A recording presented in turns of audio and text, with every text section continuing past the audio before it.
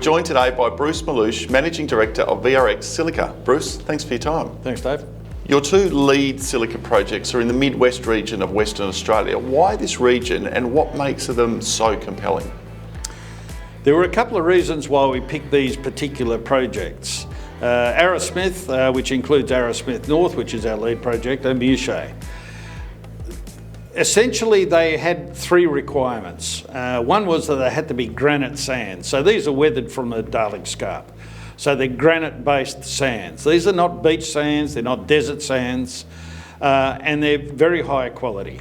But also, the two projects were on what was determined to be unallocated Crown land. So there's only two stakeholders here, the state, which is ultimately through the EPA, and native title claimants. And we've got agreements in place with the Indigenous groups, so that's resolved. But also the logistics. We've got rail lines right next to the door to these projects. So that three criteria is the main reason why we selected these areas. As all shareholders know, and you are acutely aware, this is all about permitting this year. How's it going? How confident are you of the progress? A couple of things have happened this year, particularly with Arrowsmith North.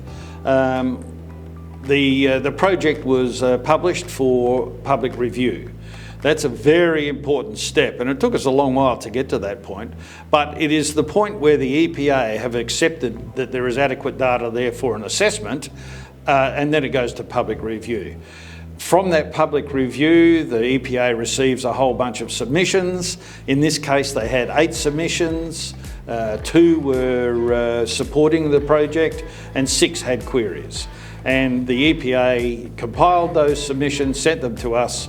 We're in the final stages of responding to those submissions. That is called a response to submissions. And we expect to have that back to the EPA within the next week. And where to from here? What should investors be focused on? Obviously, the EPA approval is the biggest hurdle by far.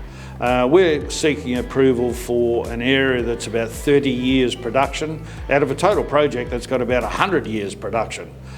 But a lot of what we do at Arrowsmith North is directly applicable to Muchet. So we're establishing a number of principles at Arrowsmith North that we can use when we apply for Muchet. So we're very cognizant of submissions, and we want to make sure that our referral for Muchet deals with any issues that are raised in that. So the earlier we deal with them, the less of a problem they are later. So we expect Muchet to be a much faster process, having been through the process at Arrowsmith North. But it's at a critical point. We'll get those submissions back to the EPA. Normally it would take a couple of months to have the EPA review those submissions, which unfortunately takes us into Christmas, so we're hopeful of early new year getting to the point where there's a recommendation to the Minister. What about the market? What are you seeing in the silica market globally at the moment? Getting better for us all the time. We still get inundated with inquiries about buying sand. From the foundry market as well as the glass market. And we've got a couple of those. We've had site visits recently from very large companies from Japan and Korea, and they've been down for site visits and they've taken away more samples. They're very large companies and it takes a long while to get a deal out of them. However, if we do get one of these deals away, it'll be worth our weight.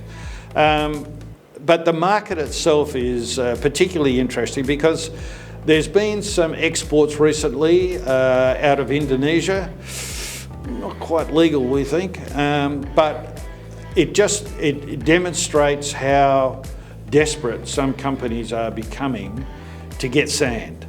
And they're sort of ripping it out of Indonesia without permits. But otherwise, Vietnam currently has banned all exports. They were one of the last countries in Asia to allow exports. So the market is getting tighter and tighter and tighter. We haven't seen the price of silica sand go crazy, but we see the demand, particularly for sand from Australia, steadily increase. So we've got lots of interest, and we expect to get a few deals over the line. Getting EPA approval will help some of those deals.